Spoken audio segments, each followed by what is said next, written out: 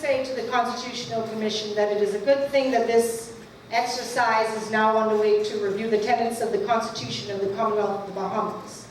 It is a most necessary practice as we reach this juncture of honoring 40 years of independence. The purpose of the Constitution is to offer a course of direction to the association, structure, and functioning of government. And sad to say, I am displeased with the direction in which our country is moving. It is my sincere opinion that the further we move away from Africa and try to align ourselves with American and European powers, despite the fact that over 85% of the population of the Bahamas is of African descent, is the more that we will sink into oblivion without understanding what it is to be a Bahamian, what it means, and as is stated in the definition of what a constitution should be, we will have no successful course of direction. I want to begin by touching on the preamble of the Constitution, which states that it is the rediscovery of these family of islands that heralded the rebirth of the New World. That's a fallacy, a falsehood that exists in the very first line of the Constitution.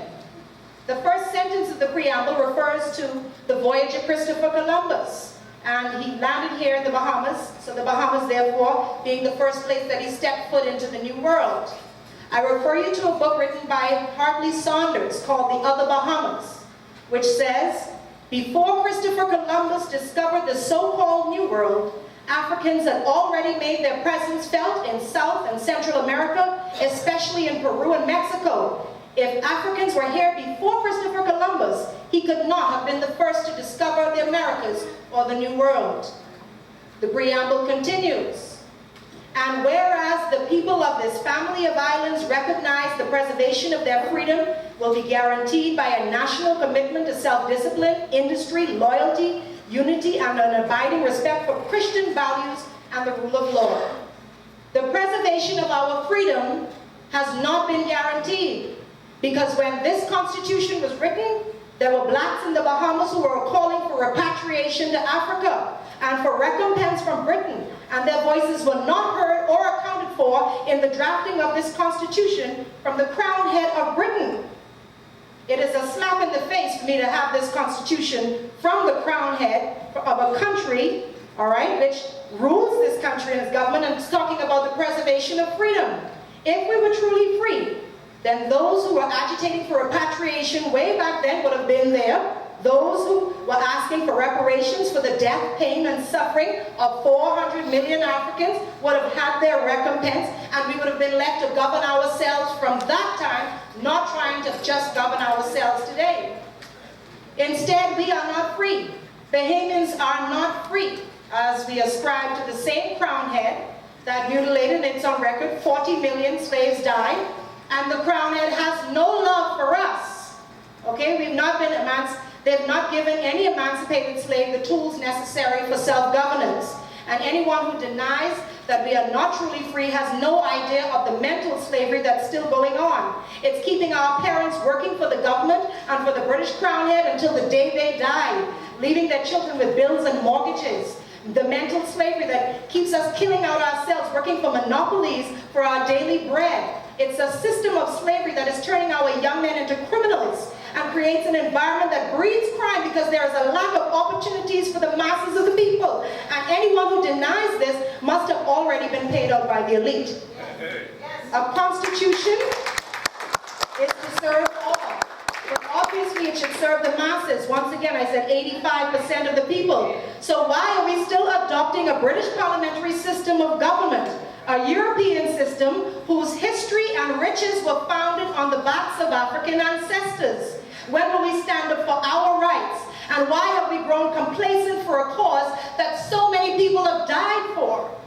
In redrafting our Constitution, the Bahamas will only be successful. I haven't been that long, Mr. Connell. I'll wrap it up.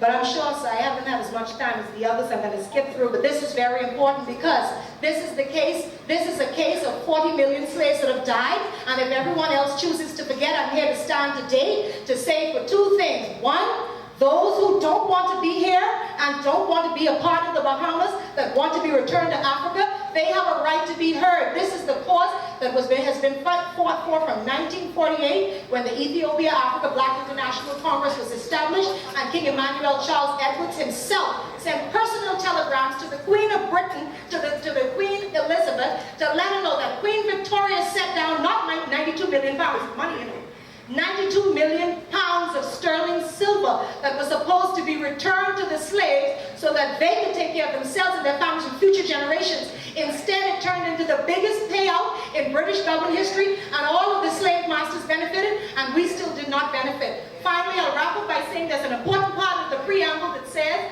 about our lives being deprived and our labor exploited. Our lives are being deprived.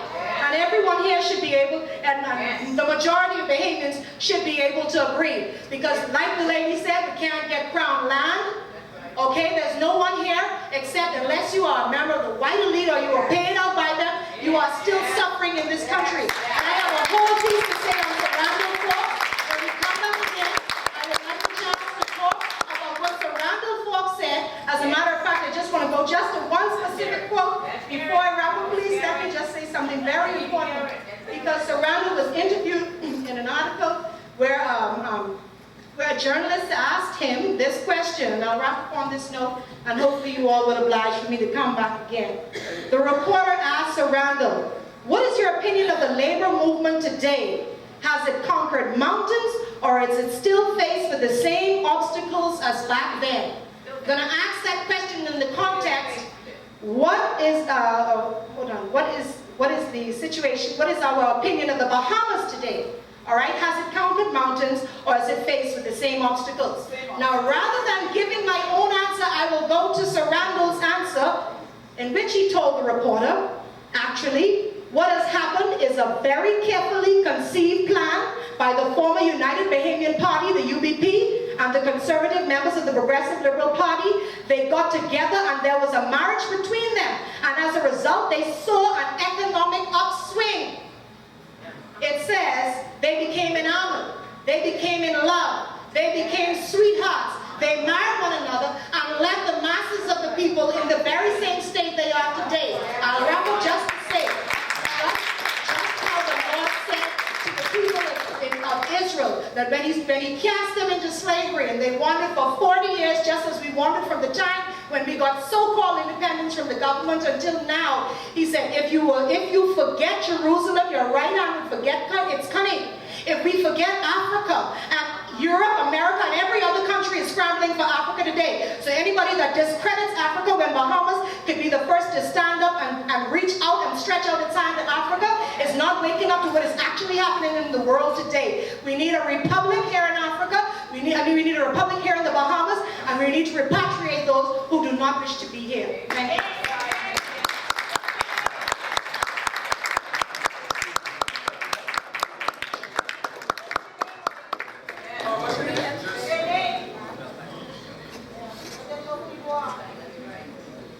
Empress Felicity, Ingraham.